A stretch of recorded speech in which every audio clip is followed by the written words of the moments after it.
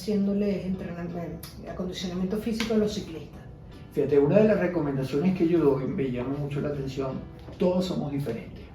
Fíjate, igual al momento de hacer el fitting, donde tienen el fitting con unas especificaciones que tú debes tener en la bicicleta, y todos somos diferentes, ¿ok? Porque eso se lo puedes poner a una persona que tiene estas características. Correcto. Tú tienes que ver, intervienen factores muy importantes. Uno debe hacer un examen integral, ¿ok? Un examen integral porque tienes que ver, primero, ver la edad del paciente, ¿ok? Que eso es otro factor. Edad, o sea, claro. La edad aquí Si juega es un rol hombre, si es importante. mujer también. Correcto, o sea, hay una serie de variables que género. uno a veces no toma en cuenta. Hacer una evaluación cardiovascular previa también para ver que ese corazón y su sistema cardiovascular esté acorde al nivel de exigencia que se va a someter. Va acompañado con su parte nutricional, ¿ok? De evaluación por nutricionista, y entonces uno debe hacer un buen examen físico. ¿Qué vas a ver? Vas a ver las características de la persona. Entonces, donde tú puedes ver, si tú tienes una persona que está parada, tiene un genus varo, que es unas piernas arqueadas, tiene una torsión tibial interna, que es que mete los pies, tiene una dismetría de miembros, ya hay varios factores en él que cuando tú lo lleves a tratar de ponerlo con una persona que no tiene estas variables, las va a sufrir. Debes hacer una evaluación de cadera, tiene o no tiene una anteversión femoral, hay un acortamiento de los isquiotibiales. Que por si el ciclismo te acorta. Yo siempre recomiendo una vez que terminen hacer estiramiento, porque el ciclismo corta los miembros un poco estás todo el tiempo montado en una bicicleta, más de 3 horas, eso acorta. ¿Estás de acuerdo conmigo? Lo que hace que acorta es que te contractura flexores de cadera y isquiotibiales. Al tú tener no una armonía y unos músculos que se distiendan lo suficiente, repercute sobre inclinación de pelvis.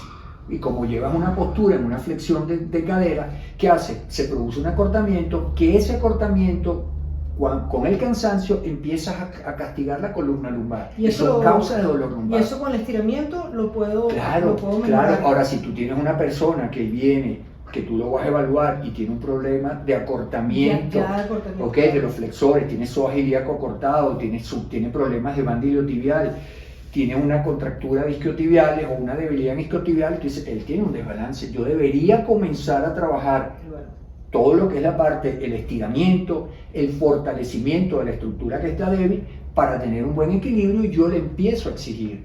Igual en la espalda, ver que no tenga alguna escoliosis. Tú ves mucha gente que va montando, uno se va fijando en todo, yo voy atrás, voy viendo a la gente, entonces ves una cantidad con gente con escoliosis y vas montando. Eso te repercute, tal vez en un primer momento no, pero más adelante puede llegar a un punto donde te puede, porque esa persona debe hacer un grupo de ejercicio para estirar su columna y evitar que esas curvas que pueda tener hagan una contractura y empiece a haber un proceso. Yo creo que cada vez más debería haber centros de entrenamiento, y centros de entrenamiento no es que ven, yo te pongo esto, no, voy a revisarte, te voy a entrenar, y sobre todo para empezar a entrenar a estos muchachos pequeños, porque así como tú lo agarras en otras disciplinas, tú lo agarras de chiquito, lo vamos montando, lo voy enseñando, lo educaste, ya cuando llega grande, ese tipo de efectos, de efectos técnicos no lo vas a hacer. Ahí es donde está la diferencia, o sea, ¿a qué aspiras tú? ¿Qué aspira esa persona cuando está montando bicicleta? Pues tú tienes el que dice, el ciclista es aquel que sale a rodar. Y tengo gente que sale a rodar y es rodar y rodar y rodar. Eso es ciclismo. Y tú te das cuenta cuando tú empiezas con una rutina bien programada, que empiezas a trabajar lo que debes hacer en una planificación con la alimentación. Hoy voy a hacer fuerza, mañana vamos a trabajar esto, resistencia. Tú notas la diferencia. Pero eso depende porque ahí el ciclista, está el ciclista, esa cultura va a tener que ir creciendo. Que su cosa es la bicicleta, es salir, y tú ves bicicletas donde hay gente que ni las toca, que no le hace el mantenimiento cero, que es algo extremadamente importante, porque eso es parte de lo que tú estás utilizando, y a veces un mal funcionamiento de tu bicicleta te lleva a un sobreuso, o una lesión por sobreuso, y terminas tú afectado. Una pregunta, este tipo de lesiones que hemos nombrado, la recuperación de esa lesión, ¿cuánto tiempo aproximado es?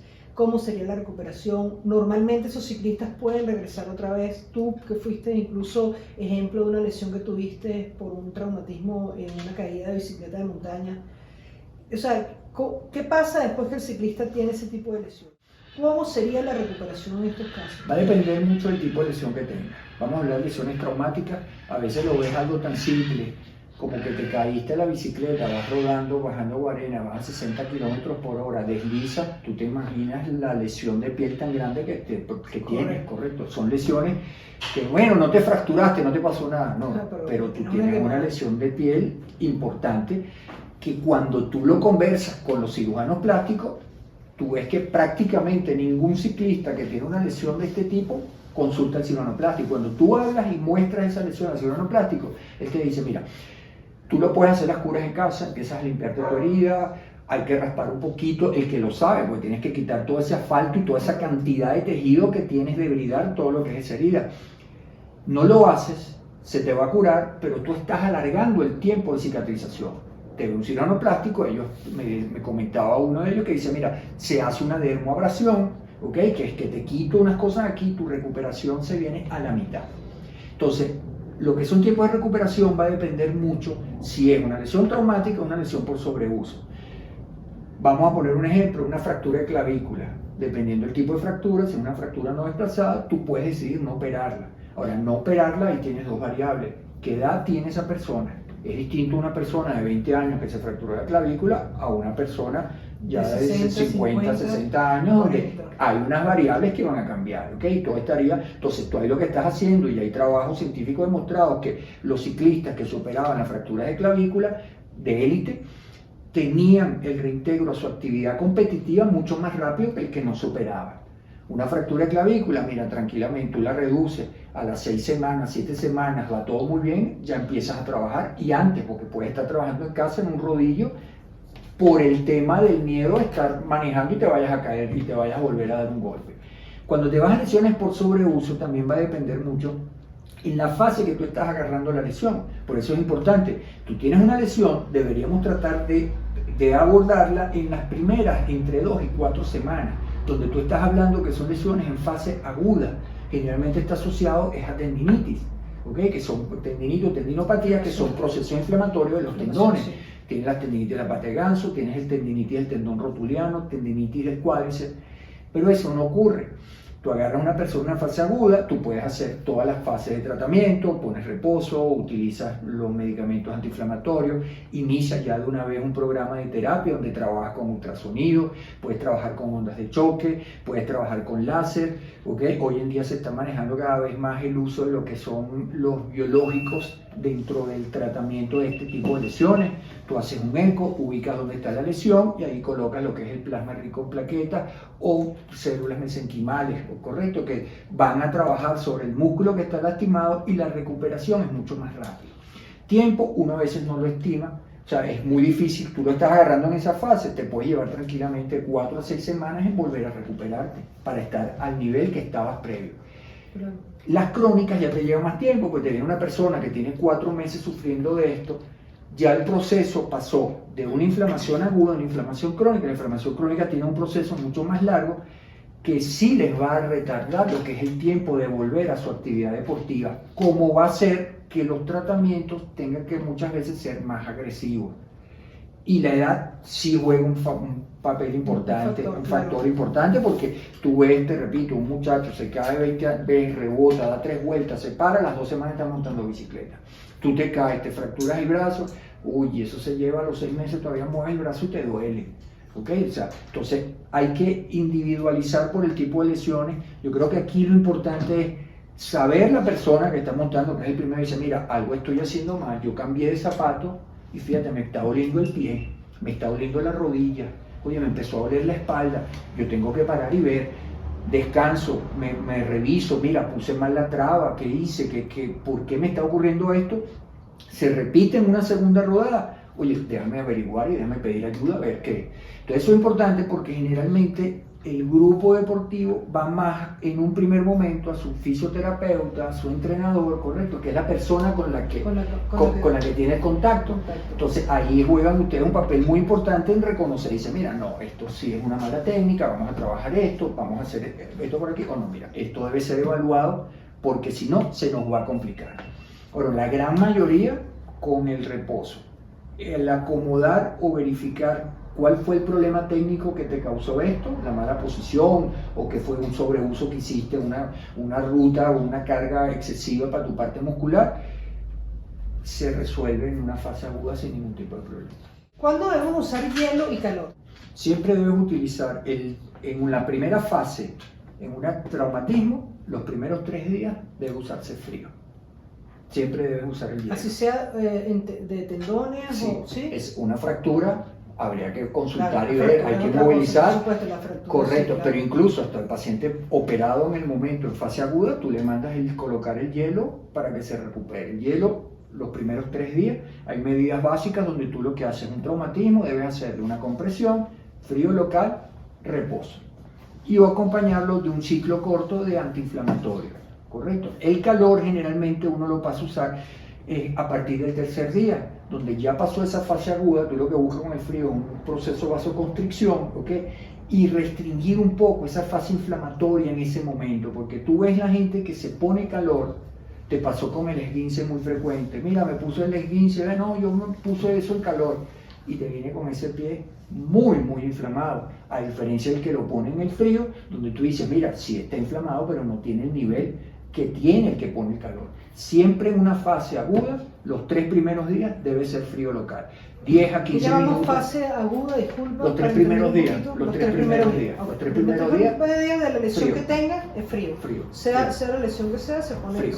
Estamos hablando de contusiones, golpes, esguince, inflamación, alguna lesión tendinosa, alguna inflamación tendinosa, vas a trabajar con frío. Y después pasamos. Ya después si pasas a hacer los intercambios calor y frío, ya entras dentro de la parte del plan de recuperación del fisioterapeuta o del fisiatra que esté a cargo, ya donde interviene calor y frío y una serie de ejercicios y utilizas unos medios físicos y adicionales, el ultrasonido, claro. Muchas veces ondas de choque.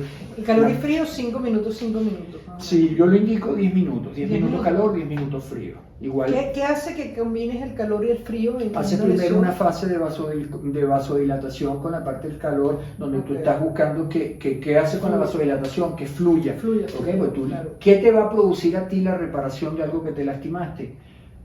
Que exista una inflamación. Claro. La inflamación es el proceso mediante el cual el cuerpo tiene la capacidad de poder reparar algo que está lastimado. Entonces tú ahí vas a favorecer con el calor y luego pones el frío para bajar un poco, hacer la parte vasoconstrictora para que no se te vaya de las manos, ¿ok? Porque si no vuelve a generar un cuadro inflamatorio muy severo a nivel de... Entonces hacemos calor, frío y ahí 10 minutos, 10 minutos. 10 minutos, así lo establecemos y ya empieza el protocolo en base a la lesión que tenga, lo adicional que tengas que hacer. Sin embargo, siempre es recomendable, por supuesto, ir a un especialista que indique todo lo que uno debe hacer.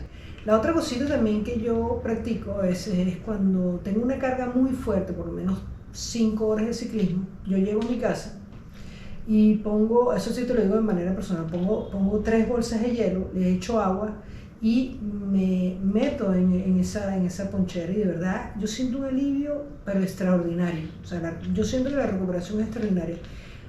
¿Eso está bien? ¿Eso lo puedo seguir haciendo? ¿Tú lo recomiendas? Sí, fíjate, se hace con mucha frecuencia, está popularizado en los deportistas que una vez que terminan van al frío. Lo que es la parte del ciclismo se recomienda siempre al terminar el entrenamiento hacer por lo menos 10 a 15 minutos de una pedaleada suave para tratar de movilizar ese ácido láctico que al final es el cúmulo de ácido láctico lo que va a producir esos dolores a nivel de miembros inferiores y el trabajar el frío.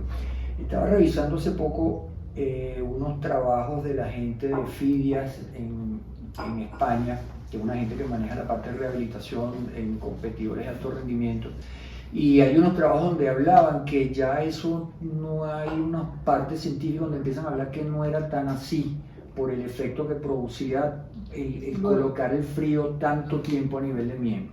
Ahora, lo que los hemos hecho, si te das cuenta, te dice, te baja la parte inflamatoria de una manera importante. El alivio es... Sí. Yo creo que eso, el alivio es extraordinario. Como también he revisado, ya desde hace unos años se popularizó, estaban en unos trabajos, después iba a ponerlos a revisar, no terminé de revisarlos, donde mucha gente usaba, al terminar la parte deportiva, el relajante muscular, el tiocolchicócido, pero con crema, se la colocaba a nivel de los miembros inferiores. Y en los trabajos, varios de los trabajos demostraban que esas personas que posterior al entrenamiento usaban estas cremas de relajantes musculares mejoraban muchísimo lo que era la percepción del dolor y la recuperación, haciendo unas medidas especiales de fuerza, posterior a eso, de fuerza, de estiramiento y contractilidad de la parte muscular, está muchísimo mejor que las personas que no lo habían utilizado.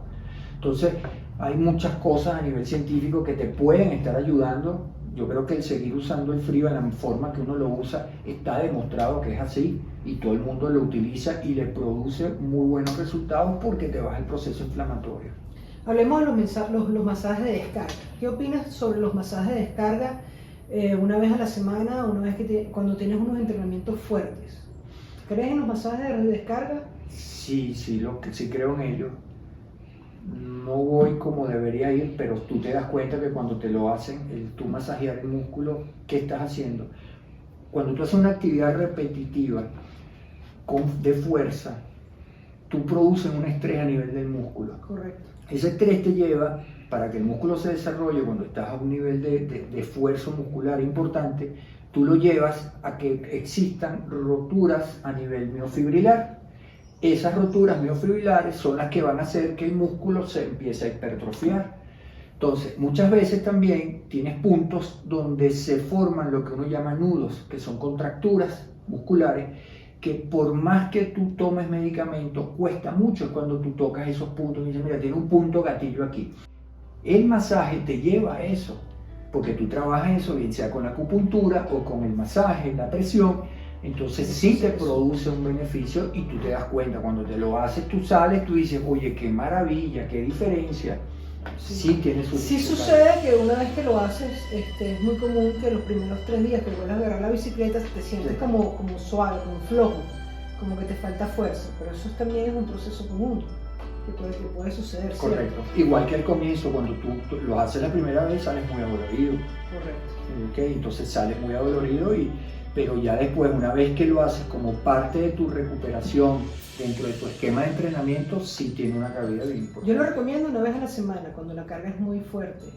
Sí, y eso después también acompañado de un programa de estiramiento que es fundamental al terminar. Sí, porque hacer las elongaciones, tomarse su rato, dedicarse a eso, porque el que tú no lo hagas te está llevando a una contractura pequeña y progresiva que se va acumulando.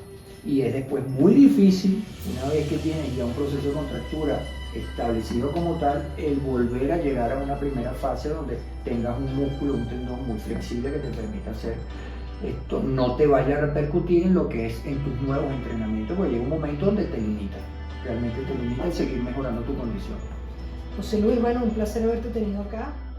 Te vamos a seguir llamando, seguro van a haber muchos más temas que podemos hablar. Claro que sí. Es parte de nuestro canal y bueno, nos encanta verte tenido. Muchas gracias, estoy a la orden. Cualquier cosita, también un placer, que te pueda ayudar.